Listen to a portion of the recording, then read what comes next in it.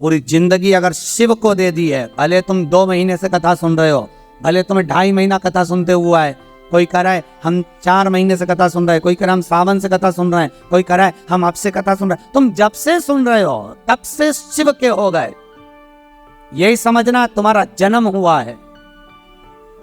अभी तक तुमने जो जिंदगी निकाली वो व्यर्थ चली गई, और आज जब से तुमने शिव महापुराण की कथा सुनना प्रारंभ किया, समझ लेना तुम शंकर की गोद में बैठ गए, तुम्हारा नूतन जन्म हो गया। अब वो जाने वो जन्म दे रहा है, मृत्यु दे रहा है, क्या कह रहा है क्या नहीं कर रहा, वो उसके हाथ में। और निवेदन करूंगा, गाड़ी का एक्सीडेंट हुआ कोई बात नहीं, गाड़ी तो फिर आ जाएगी, बाबा फिर करुणा कर देगा, पर जान है तो जहान है। बाबा ने तुम्हें तो बचा लिया, खरोस तक नहीं आई, कृपा तो हुई ना बाबा, बहुत, उतना ही बहुत है। फिर निवेदन करेंगे, इस व्यासपीठ पर, शिव की व्यासपीठ पर, इस शिव गादी पर जो बाबा बुलवाते वो आप कर लिए, ये आपका है। नीचे उतरने के बाद हमसे कुछ पूछो, हम कुछ बताने के लायक नहीं है, हम तो आपके जैसे हैं, साधारण मनुष्य। ना हम कोई विद्या जानते हैं, ना हम कोई हम ज्योतिषी जानते हैं, ना हम कोई विद्या हमको नहीं आती। हम तो केवल एक बात जानते हैं कि शंकर हमारा है और हम शंकर, शिव के सिवा हमारा कुछ। बाबा ने कृपा करी है, बोलने के लायक बनाया है।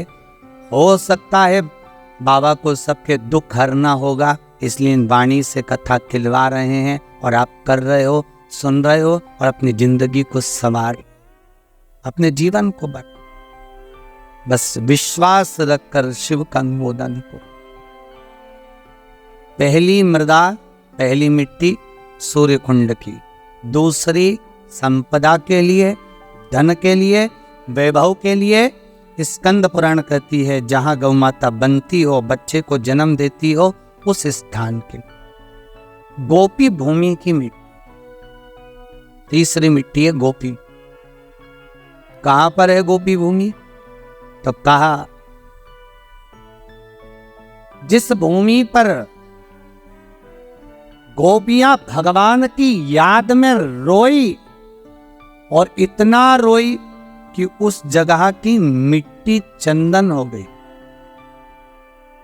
जहां पर गोपियां रोई और उस जगह की मिट्टी चंदन हो गई, वो गोपी भूमि सौराष्ट्र, गुजरात, द्वारका जी से 12 किलोमीटर की दूरी पर भेग द्वारका जाते समय बीच में पड़ता है गोपी तालाब, गोपी भूमि। आप लोग गए होंगे, कई लोगों ने दर्शन करा होगा। गोपी तालाब, गोपी भूमि, जहां की मिट्टी को लोग लेकर आते हैं और गोपी चंदन बनाते हैं और सिर पे लगाते हैं। गोपी चंदन बस वहीं की मिट्टी से बनता है। तीसरी मृदा गोपी भूमि, जिस भूमि पर गोपियां भगवान से मिलने के लिए गई थी और इंतजार करते करते कब द्वारका नाथ आएंगे, कब द्वारकाधीश हमें दिखेंगे, कब ठाकुर हमें दिखेगा।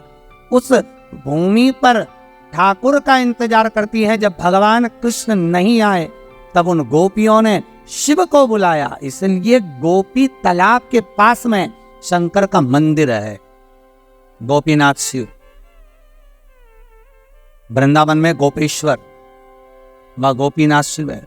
दर्शन करिएगा कभी मौका मिले, गुजरात जाएं, द्वारका जाएं, द्वारकाधीश के मंदिर जाएं, तो गोपी तालाब पर जरूर जाएं, गोपी भूमि पर जरूर जाएं। इंतजार करती, जब कृष्ण नहीं आए तब गोपियां शिव को पुकारी। भगवान शंकर एक गोपी का रूप रखकर 2 बार मेरा शंकर गोपी बना है। एक वृंदावन की रज में गोपेश्वर महादेव, दूसरी बात इन गोपियों के बीच में सांत्वना देने के लिए, समझाने के लिए, इनके प्रेम को धीर बंधाने के लिए बहुत जरूरी है महाराज। आप किसी के सुख में जाकर भड़े ना खड़े हो, पर दुख में कम से कम एक बार जाकर कह सकते हो चिंता करने की जरूरत नहीं है, बैठे हैं अभी हम, इतना बोल देना भी आपके लिए बहुत बहुत। अरे क्यों चिंता करते हो? भगवान भूत भावन भूतेश्वर शिव से कहना, बाबा तूने बड़ी कृपा कर रखी है जो इन श्वासों को संभाल रखा है, कि तेरी कृपा है, तेरी करूं, तेरे सिवाय कोई नहीं कर सकता। जो तू करुणा करा है, ये करुणा कोई नहीं कर सकता। रखा है तूने हमको संभाल कर। और तीसरे नंबर पर है गोपी महाराज। पहली सूर्य कुंड, दूसरी जहां गौ माता बनती हो वहां की मिट्टी, तीसरी है गोपी, जहां पर गोपियां भगवान को पुकार रही हैं, रो रही हैं, बिलक रही हैं भगवान से मात्र एक बार मिलने के लिए। एक बार भगवान से केवल मिलन हो जाए, एक बार उनका दर्शन हो जाए, एक बार उनसे मिल जाए। भगवान नहीं आए। एक बार भगवान निकल कर जाने भी लगे तो रुक्मणी जी ने पूछ लिया, कहाँ जा रहे हो? भगवान बोले कहीं नहीं। अगर रुक्मणी को कहूं कि गोपियां आई हैं मिलने के लिए जा रहा हूं, अच्छा नहीं लगेगा, बोल नहीं सकते, कहीं ना। क्या प्रेम है गोपियों से? पूछ सकती थी रुक्मणी, कितनी क्या आसक्ति थी गोपियों। 16,108 रानियां तुम्हारी सुंदर, इतनी सुंदर, इतनी रमणीय, तो वो गांव की ग्वालन गोपियां जो पढ़ी नहीं, लिखी नहीं, विद्वान नहीं, कुछ जानती नहीं, उनमें क्यों इतनी आसक्ति? उसमें इतना क्यों प्राण छुपा है? उसमें क्यों इतना दिल अटका हुआ है? 16,108 रानियां सब पढ़ी लिखी थी, विद्वान थी, सब ज्ञानवान थी, सब राजाओं के यहाँ की पुत्रियां थी। पर ये गोपियां पढ़ी लिखी भी नहीं थी, विद्वान भी नहीं थी, कुछ जानती भी नहीं थी। फिर भी भगवान का दिल, भगवान का मन इन गोपियों में इसलिए अटका हुआ था क्योंकि ये कुछ जानती नहीं थी, केवल एक चीज जानती थी कि कृष्ण हमारा है और कुछ नहीं जानती। और जो एक बार जान गया कि भगवान हमारा है तो भगवान भी जान गया कि ये मेरा है। आपसे भी निबंधन है, एक बार अगर आपने कह दिया कि शिव हमारा है, बस हम इतना ही जानते हैं, इसके सिवाय कुछ नहीं जानते, तो आपकी चित्तवृत्ति उसमें रमी रहे, बस फिर वो चित्तवृत्ति शिव में रमी रहे, कहीं भटके। महाराज तीसरी भूमि है, तीसरी मृदा है गोपी तालाब की, गोपी भूमि की मिट्टी, जहां पर भगवान कृष्ण प्रकट नहीं होते। सबसे पहले उस भूमि पर शंकर को जब गोपियों ने रुदन किया और रोती हैं, तो गोपियां कहती हैं कृष्ण यदि सुन सकते हैं तो केवल शंकर की सुन सकते। तो गोपियां शिव को बुला लेती हैं, बाबा आप पधारो।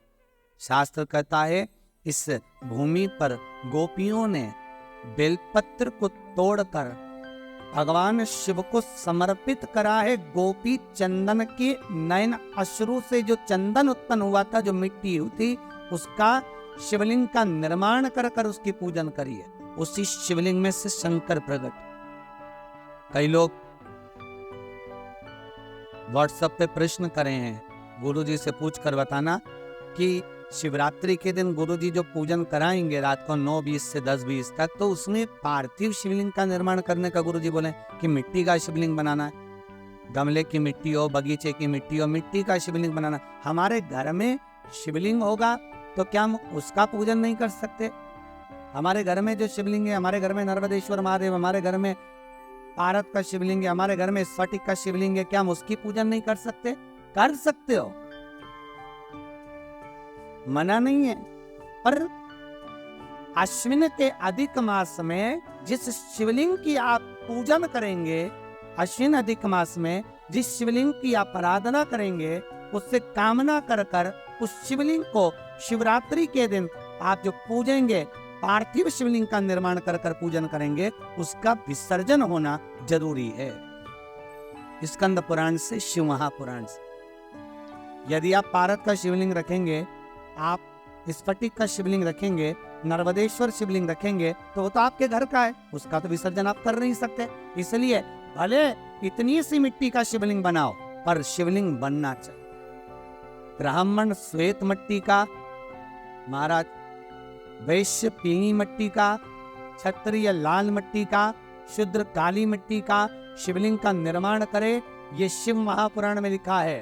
पर अश्विन शिवरात्रि के दिन 15 अक्टूबर के दिन जो तुम शिवलिंग का निर्माण करोगे, उसमें यह ना सोचिएगा कि हमें सफेद मिट्टी का बनाना है कि लाल मिट्टी का बनाना है कि पीली मिट्टी का बनाना है कि काली मिट्टी का बनाना है। बस मिट्टी होना चाहिए, मृदा होना चाहिए। पार्थिव शिवलिंग का निर्माण केवल आप लोग ही नहीं कर रहे।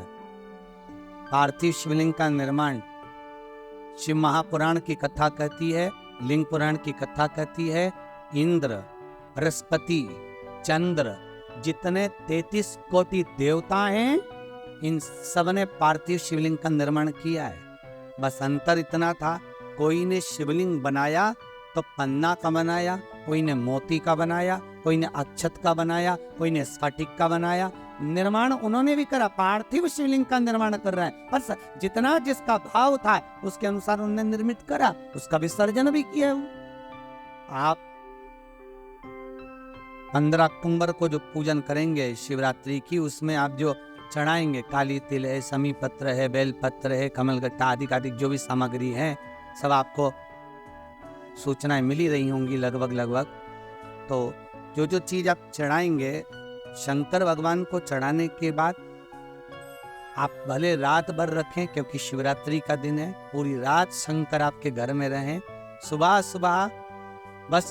सुबह ब्रह्म मुहूर्त में उठकर या सुबह के क्रम में उठकर उस शिवलिंग का विसर्जन करें। जल में करें, ना मिले जल तो घर में कोई बाल्टी में, पात्र में पानी भरकर उसमें विसर्जन कर दे, फिर उस पानी को वृक्ष में डाल दे, तुलसी में मत डालना।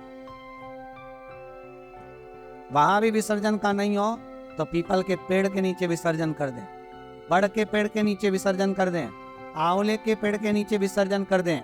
वहां पर रखकर पानी डालते जाएं, गल जाएगा, विसर्जित हो जाए।